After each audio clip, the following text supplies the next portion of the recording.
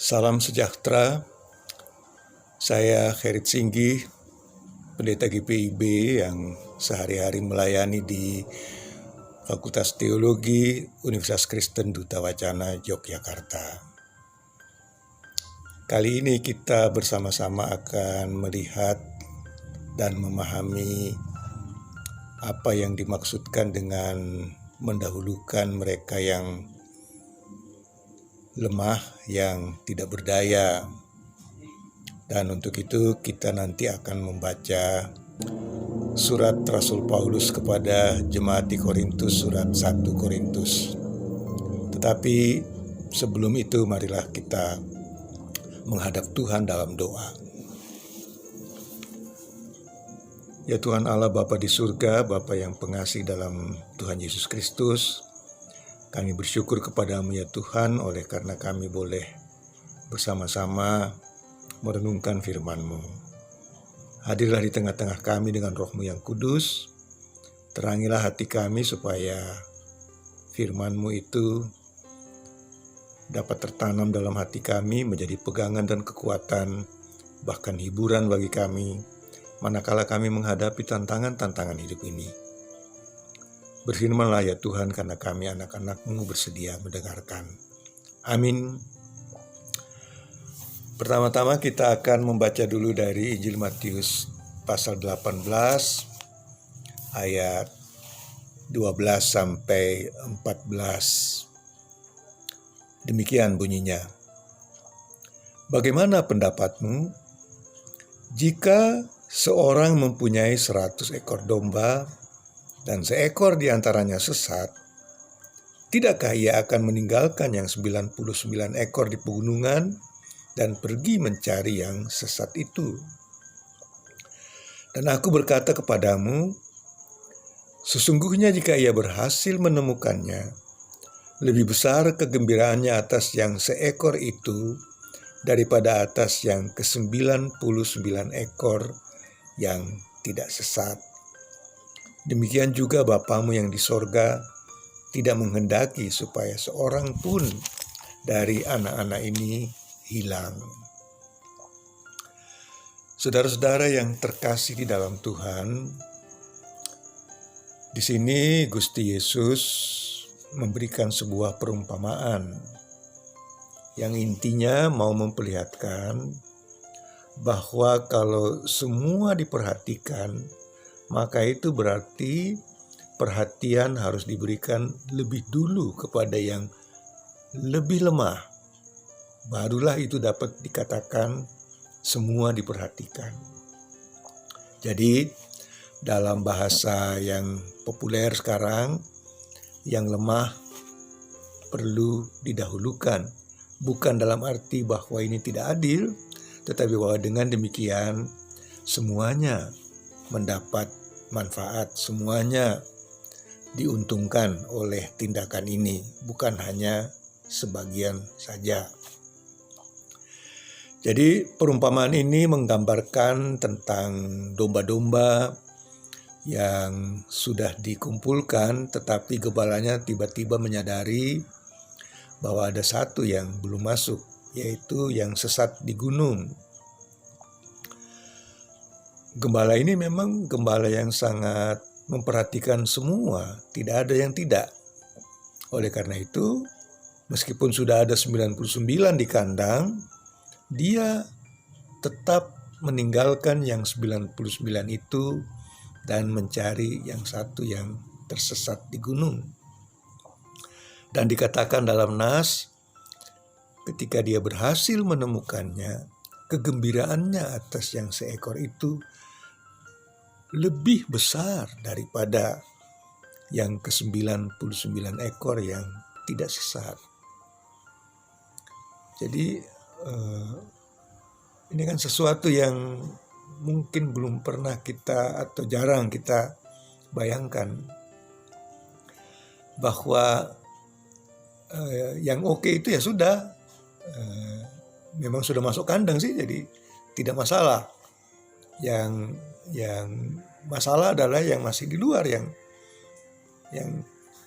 tersesat itu, ya, yang tidak tahu jalan pulang gitu. Jadi gembala itu mencari, dan justru karena satu didapatkan, dia gembira lebih daripada yang lain, karena akhirnya toh semua menjadi lengkap. Jadi ini mau memperlihatkan bahwa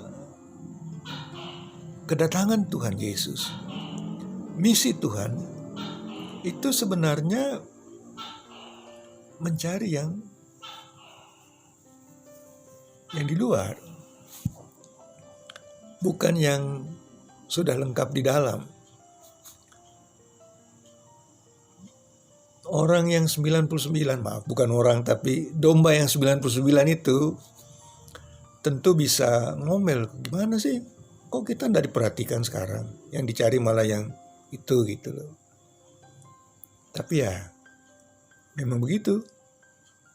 Nah, untuk membuatnya lebih jelas, kita ke surat 1 Korintus yang memperlihatkan bahwa Rasul Paulus sangat memahami apa maksud dari misi Tuhan Yesus ke dunia ini. Jadi dia berbicara di 1 Korintus 12 ayat 21 sampai 26 mengenai banyak anggota tetapi satu tubuh. Tetapi dia lalu berkata demikian, kita memang kalau mau dikatakan satu tubuh, yang satu harus memperhatikan yang lain. Jadi mata tidak dapat berkata kepada tangan, aku tidak membutuhkan engkau, dan kepala tidak dapat berkata kepada kaki, aku tidak membutuhkan engkau.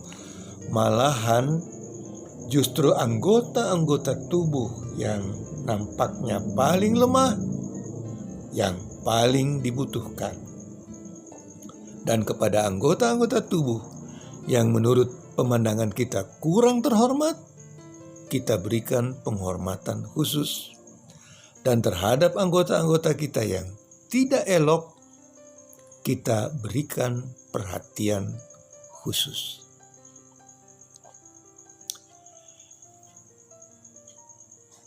Paulus mengatakan, kalau di antara kita ada yang sangat lemah, jangan dia disingkirkan, tapi justru dia harus diperhatikan, harus dipelihara, karena justru dialah yang paling dibutuhkan.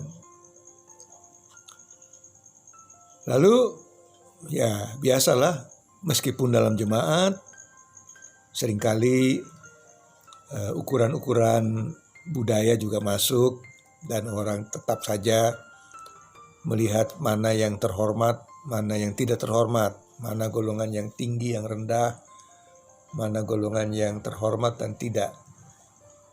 Kata Rasul Paulus, kalau kita memang betul-betul mau melayani dengan baik,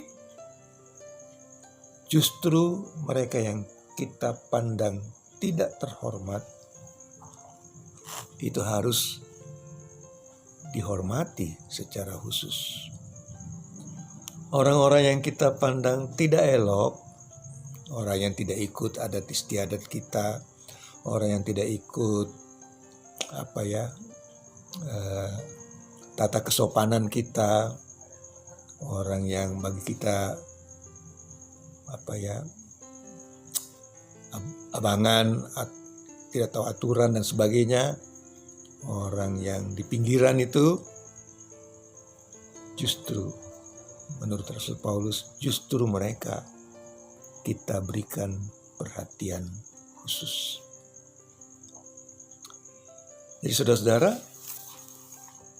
Gusti Yesus berkata demikian dalam Injil, Rasul Paulus berkata demikian juga di dalam surat 1 Korintus. Nah, marilah kita sekarang lalu merenungkan hikmahnya, dan kira-kira dalam konteks kita bagaimana ini harus terapkan.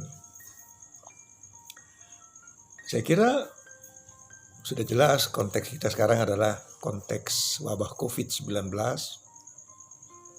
dan banyak orang yang sakit, termasuk di dalam jemaat kita sendiri.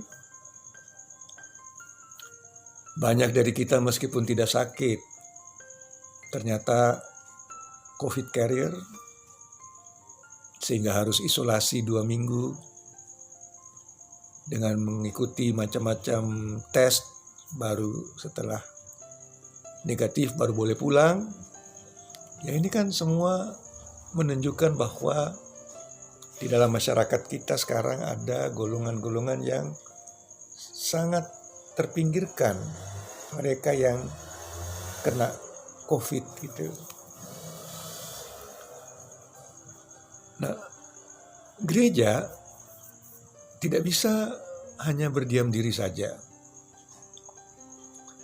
Gereja harus mewujudkan apa yang dikatakan oleh Gusti Yesus dan Rasul Paulus. Kita harus turun tangan untuk menolong mereka. Justru karena kita menganggap mereka penting, bukan tidak penting. Jadi, apapun yang kita bayangkan tentang keberadaan jemaat, tentang ibadah, dan lain-lain halnya itu sekarang ya tetap penting, tetapi yang paling penting adalah bagaimana gereja menangani korban-korban COVID. Saya senang sekali oleh karena Gereja Margomulyo di Jogja tanggap terhadap COVID ini. Jadi ada Satgas COVID yang dengan tekun memperhatikan situasi, melaporkannya kepada KMJ, lalu KMJ juga dari waktu ke waktu memberi laporan atau penjelasan kepada warga jemaat di medsos tentang bagaimana situasinya. Dan hal ini tentu membuat banyak orang sadar dan kemudian ingin ikut membantu mengatasi, meringankan beban. Dan terjadilah apa yang dikatakan dalam Injil dan di dalam surat Rasul Paulus itu.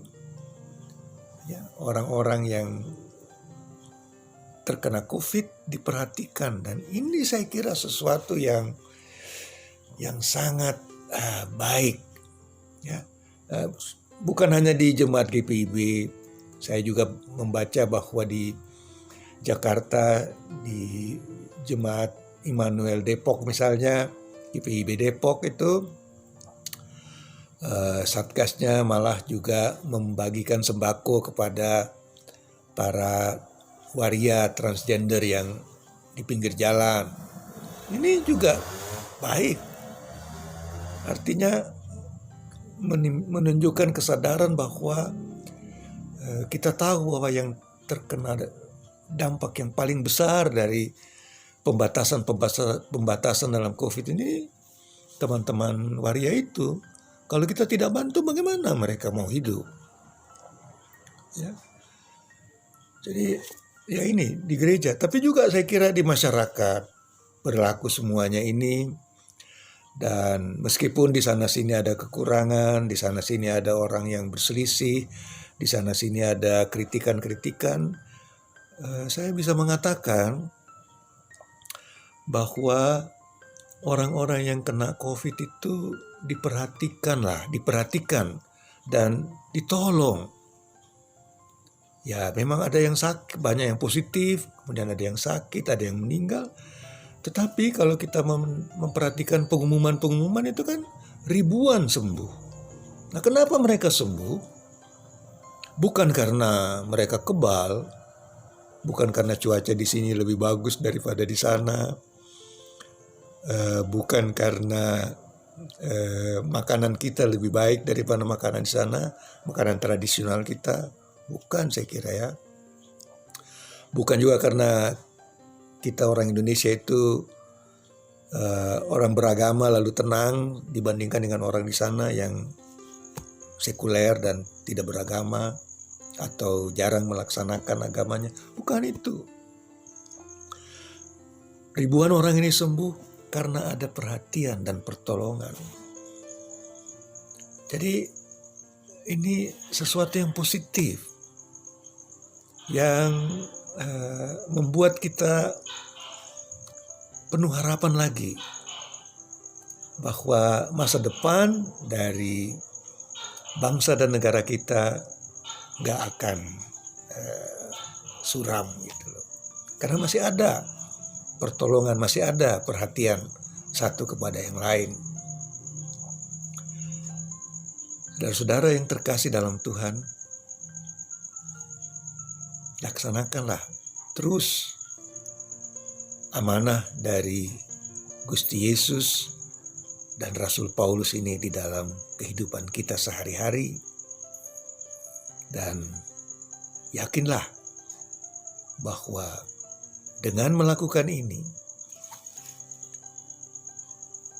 semua berbahagia, semua ditolong, tidak ada yang ditinggalkan. Itu harapan kita. Terpujilah nama Tuhan Yesus Kristus. Amin.